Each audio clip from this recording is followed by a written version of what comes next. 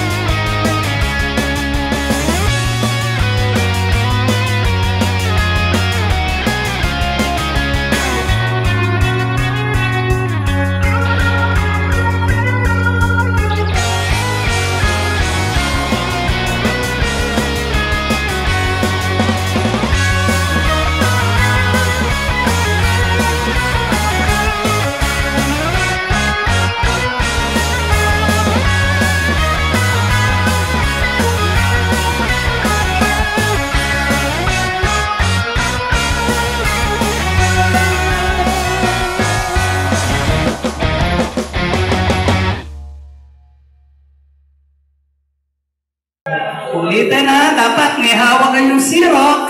Ibabalik sa inyo. Pipila. Isa-isa kukunin namin yung Xerox.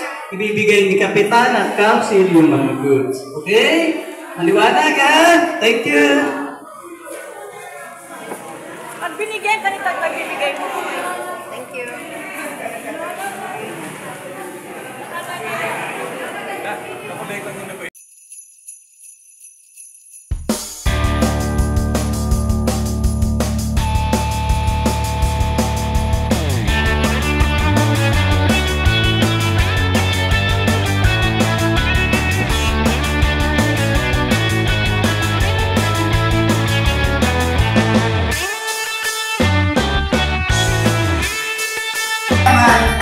Para hindi na tayo magtagal, para matapos na agad, at alam naman natin na lahat kayo ay busy sa kanya-kanyang bahay at sa kanyang mga gawain. Ako rin, tatakbo pa ako ng opisina, maya-maya, sa North Park. Kasi party naman namin bukas sa North Park. So, umpisahan na po natin ating programa. Nandiyan na ba si Kagawad ka? Barangay Wawa, Richie Perez! Konting mensahe. Ikaw din.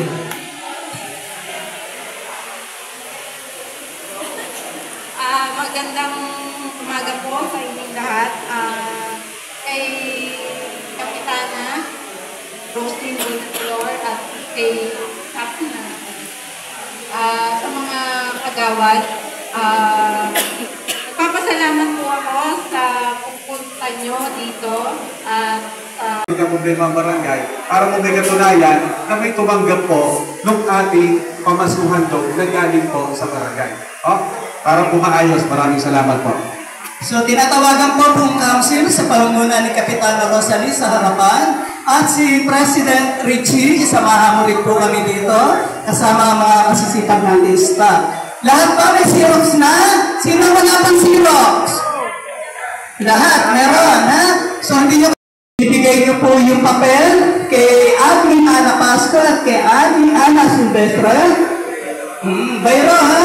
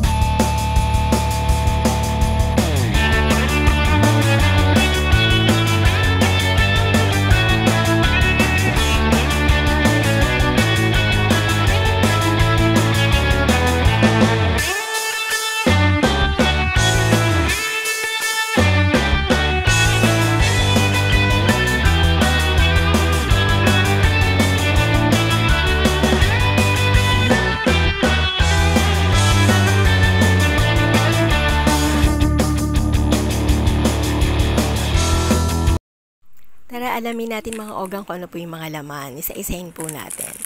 Ayan, nandito na po ako sa bahay. Ayan, mayroon po siyang gatas na malabnaw. Then, meron din po siyang corned beef. Ayan, corned beef. And then, ano pa meron dyan? Tignan natin. Ayan, may queso, my favorite, no? Every morning, sarap kumain ng pandesal pag may queso. At ayan, meron din pasta na may kasama na siyang tomato sauce. Ba, malaking bagay rin po yan mga ogang, no? Kung bibilihin mo yan, mahal na yan kasi wala na pong mura ngayon. 'Di ba? Okay na okay. Thank you!